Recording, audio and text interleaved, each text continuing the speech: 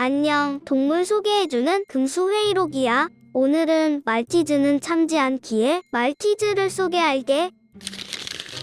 말티즈는 몰타가 원산지인 품종으로 대표적인 소형견이야. 작은 체구와 깨끗해 보이는 하얀 외모로 아주 귀엽고 인기가 많아서 한국에서 애완견으로 많이 길러지는 종이지. 특히 다른 견종에 비해 털 빠짐이 적고 특별하게 까다로운 점은 질병 말고는 딱히 없기 때문에 강아지를 처음 키우는 사람들에게 비교적 적합한 견종이야. 아파트 같은 주택 내에서도 비교적 키우기 수월하여 한국인들의 사랑을 듬뿍 받고 있어. 한국인이 가장 선호하는 견종 1위에 올라있지. 하지만 소형견이 겪을 수 있는 대부분의 질병에 모두 취약해. 키울 때 생각보다 애로사항이 많아. 식취와 함께 소형견 중에서 고질병이 가장 많은 편이야. 소형견들이 점차 더 소형화되고 있어서 우리나라에서는 요즘 1.8kg보다 작은 몰티즈도 매우 흔하긴 해. 보통은 2에서 3kg 사이야. 물론 3에서 kg 이상 되는 거대 말티즈도 종종 보이고. 지중해 지역이 원산지로 추정되며 원래는 황해중 선내의 쥐를 잡기 위해서 작지만 재빠르고 활동량이 많은 종으로 개량되었어. 갈색, 회색, 그리고 흰색 몰티즈가 존재했으나 지금은 갈색이 섞인 몰티즈는 희귀하고 거의 흰색이야. 몰티즈는 다른 소형 견종들과 달리 인위적인 교배가 아니라 자연 발생한 견종이야. 정확한 기원은 알 수 없지만 기원 전부터 로마나 그리스에서 기부인들이 말티즈를 길렀다는 기록이 있을 정도로 애견화의 역사가 오래된 종이야. 활발하고 놀기를 좋아하는 성격이야. 주인에게 치대는 성향이 강하고 주인이 집에 들어오면 방방 뛰는 등의 모습을 쉽게 볼 수 있어. 눈치가 빨라서 주인의 마음을 민감하게 감지하는 편이야. 반면 자기 주장을 강하게 하고 고집이 있는 견종이야. 밥, 간식, 산책 등 자기가 원하는 바에 대해 적극적으로 의사를 표출하는 편이야. 자기 주장이 강하고 자신이 원하는 바가 달성되어야 직성이 풀리는 성격이기 때문에 훈련이 잘못될 경우 욕구를 충족시키지 못한다고 판단되면 뒤끝을 보이며 휴지통을 뒤엎는 등의 문제를 일으키기 때문에 어릴 때 엄격하게 훈련을 시켜놓지 않으면 나중에 주인이 매우 힘들어질 수 있어. 성격은 개체차가 존재하고 브리딩에 따라 케바케지만 상업주의가 강한 한국에서 성격에 따른 브리딩이 이루어지는 경우는 흔치 않기 때문에 국내에서 분양되는 대부분의 말티즈는 자기 방어 성향이 매우 강하고 질투심도 강해. 그 때문에 어릴 때 서약 훈련을 제대로 하지 않을 경우 주인을 무는 등의 문제를 일으킬 가능성이 높으니 주의해야 해. 물론 치와와, 패키니즈, 닥스훈트 등의 질알견들보다 악명이 덜하지만 몰티즈의 질알성도 결코 무시할 수 없는 수준이야. 기본적으로 소형견들은 체구가 작은 만큼 쉽게 위협을 느끼고 이로 인해 공격성이 높은 편이야. 특히 몰티즈는 다른 동물에 대해 공격성과 질투심을 크게 표출해. 다른 동물의 범위에는 개나 고양이뿐만 아니라 인간도 포함이야. 특히 덩치가 작아 만만한 인간 아이들을 경쟁자로 생각하고 물거나 짖는 경우가 있으니 주의해. 참고로 말티즈는 세상에 나쁜 개는 없다의 푸들 다음으로 많이 출현한 문제견이야. 호기심이 강해서 낯선 사람과 마주치면 쫓아가서 미친 듯이 달려들 수 있어. 소형견이라도 산책시킬 때는 반드시 하네스를 착용하고 행인에게 달려들지 않도록 잘 컨트롤하고 훈련시키는 것이 필수인 거 알지?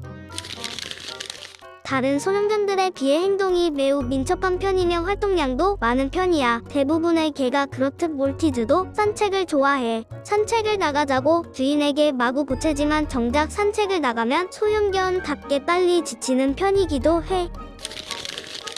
성격이 예민하여 낯선 자극이나 소리에도 예민하게 반응하여 심하게 짖어 분리불안 증세를 보이는 경우도 많아. 아파트 등에서 분리불안 시 짖음 문제로 이웃들로부터 항의가 들어오는 경우가 많으니 주의가 필요해. 어린 시절 스트레스, 억압, 충격 등에 의해 성격 이상이 오는 경우가 다른 견종보다 많아.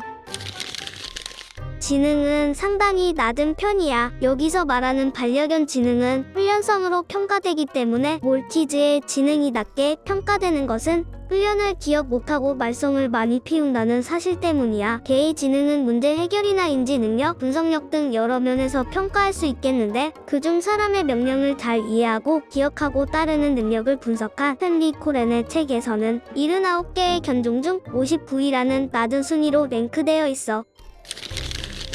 말티즈 등의 소형견을 분양하는 업체에서 이런 유전병 문제는 판매율에 악영향을 줄 수 있기 때문에 설명하기 꺼리니 내가 설명해줄게. 개가 소형견으로 개량되면서 생겨난 것이 유전병이야. 모든 개체가 이런 유전병을 100% 일으킨다고 할 수는 없겠지만 흔한 것이 사실이야. 개의 귀여움에 반해 입양하기 전에 소형 견종 특유의 유전병에 대해 이해하고 발병한 개도 끝까지 안고 갈 각오가 되어 있어야 하니 주의 깊게 들어줘.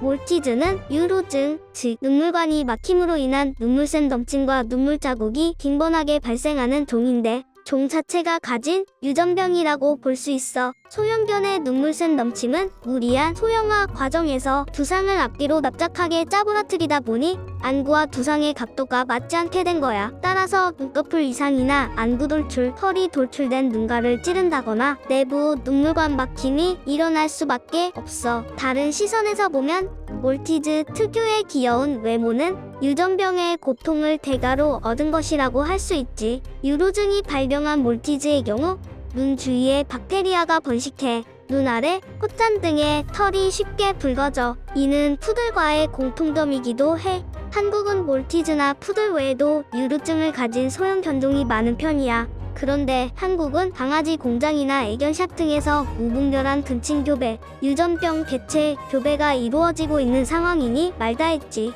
한국의 일상에서 볼 수 있는 몰티즈들 중 눈물 자국이 없는 개체를 찾는 게 더 힘들 텐데 한국의 열악한 교배 상황에서 발생하는 문제일 확률이 커. 건강한 말티즈를 맞이하고 싶다면 강아지 공장과 연결돼 있을 확률이 큰 애견샵보다는 가정 분양을 알아보는 것이 좋아. 또한 부모견의 건강을 꼭 확인하고 아이를 데려오자. 말티즈를 키운다면 눈물 자국 관리는 각오해둬야 할 부분이야.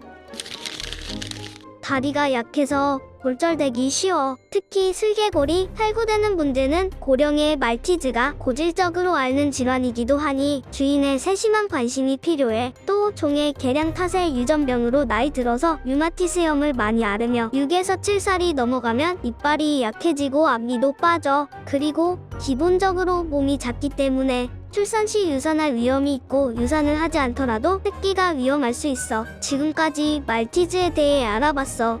구독과 좋아요 해주면 기분이 너무 좋을 것 같아. 부탁해.